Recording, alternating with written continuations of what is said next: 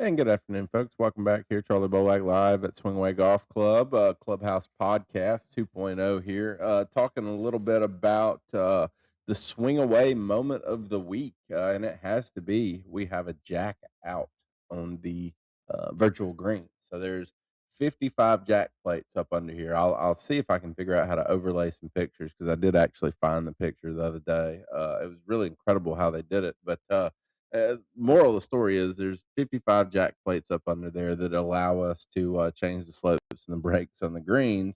And, they always told me be real careful, when you're moving the green, especially. Well, I had a group of kids in over the weekend, and I thought I was paying pretty good attention. They were good kids, respectful kids, didn't seem to be, abusing it. So I did let them take control of the putting green and move it some. And then I looked over on the cameras back in the office. I was doing some computer work, and I saw the grid up on the putting green and kids running around. So obviously, that throws up a red flag to me. My heart goes up into my chest. Oh my God, they're on it when it's moving. They're not supposed to do that. And turned out it locked up while it was. And so we went in through the tech support and got all that figured out. It took them like 4 hours. This poor guy had to go in and individually test each jack.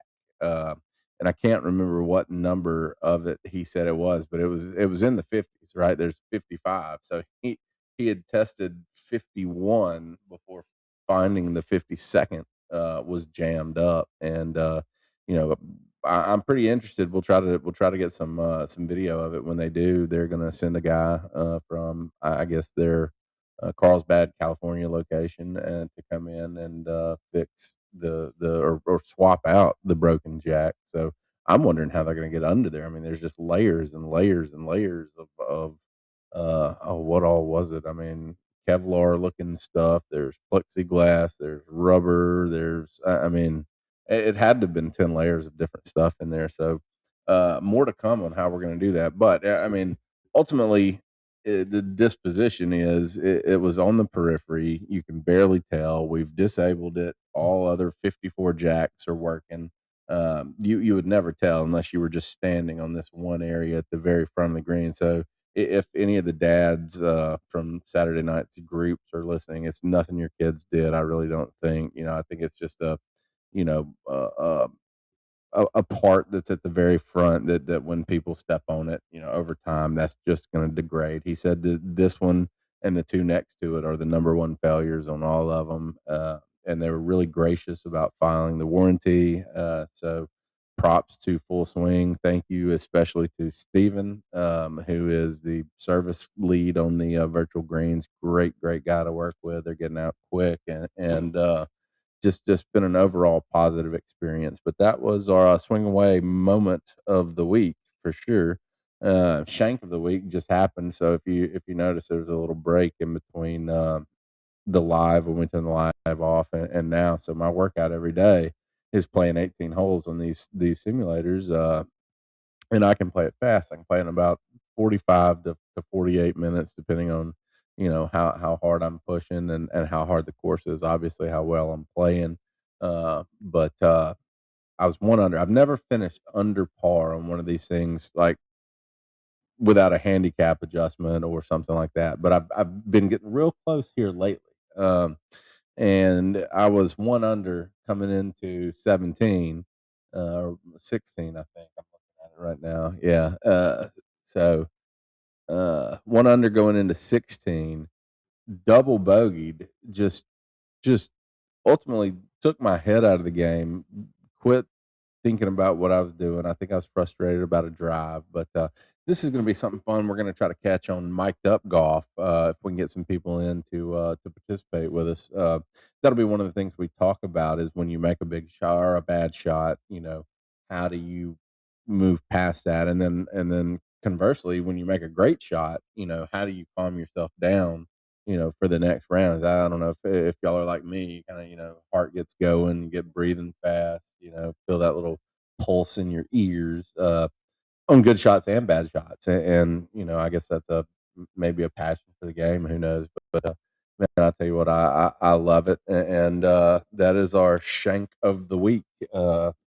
stay tuned, find out if I ever do break par. I'm sure I will sooner rather than later because I've been too close not to. But and again, it's not like I could go out and shoot under par at Ross Bridge or something like that because these simulators have a 10, or I set them at a 10-foot gimme. So you know, take that for what it is. If I have 8 10-foot shots in my round, uh, traditionally, I'm not going to hit more than six. And I could go 0 for 8.